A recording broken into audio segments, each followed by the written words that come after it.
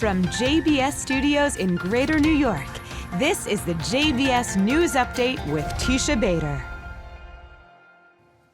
I'm Teisha Bader with the JBS News Update for Wednesday, March the 22nd, 2023. Israel's ambassador to the United States, Michael Herzog, was summoned for a meeting with U.S. Deputy Secretary of State Wendy Sherman yesterday, a fairly unusual occurrence.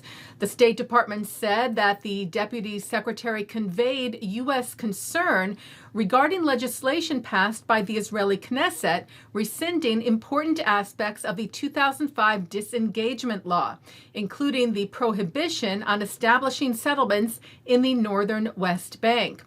The law rolls back legislation that ordered the evacuation of 4 Jewish settlements in the northern West Bank when Israel disengaged with Gaza, and would now allow Israelis entry to the area where the settlements once stood.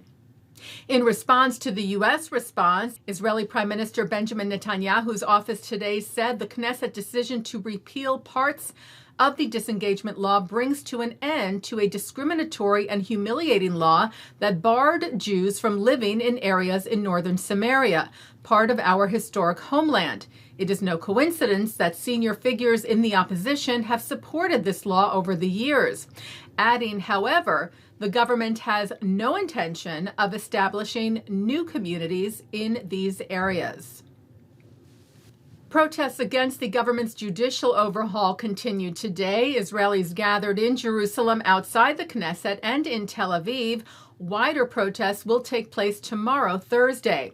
And among those taking part, the Tel Aviv Museum of Art, who will close its exhibitions to the public in support, though the museum will keep one exhibition open of Israeli art in what they said was a show of uncompromising support for local creation. The leadership of the Jewish Agency and partners sent a letter today to Israeli Prime Minister Netanyahu and to opposition leader Yair Lapid, saying they have been following with increasing concern the stormy public debate around the proposed judicial reforms, writing, "We have been witnessing an increase in serious polarization among Israel-loving Jews around the globe and are concerned about the future of Jewish unity." They wrote, "Essential as the judicial reform may be, it cannot trump the risks of a, God forbid, brotherly war. Preventing internal strife between us is truly pikuach nefesh, a life-saving matter," urging the leaders to come together in a respectful dialogue aimed at finding an acceptable common ground that would enhance the eternal values of our people. Israel and Poland today officially restored relations, which had been strained for the last few years over Poland's government efforts to try and minimize Polish responsibility during the Holocaust, and passing legislation in 2021 limiting and effectively ending future restitution to the heirs of property seized by the Nazis during the Holocaust, after which Israeli high school student trips to Poland to learn about the Holocaust were suspended and the Polish ambassador was recalled.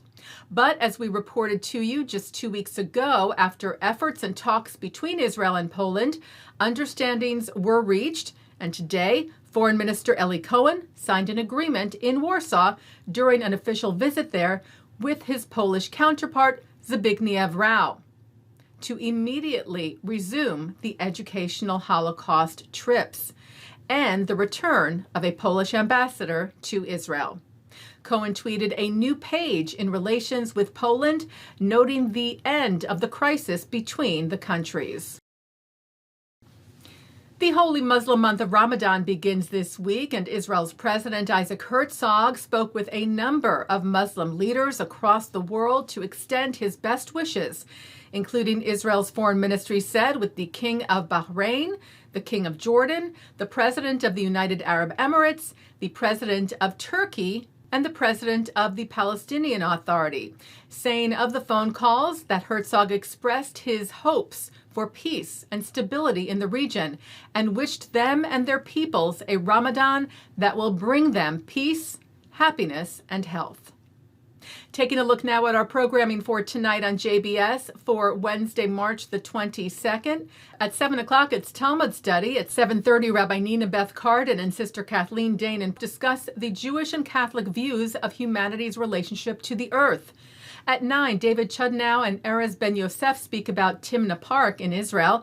At 10, the Embassy of Israel in the U.S. celebrates International Water Day. And coming up next, it's Thinking Out Loud. And that's the JBS News Update for Wednesday, March the 22nd, 2023. I'm Teisha Bader. Stay healthy, stay well.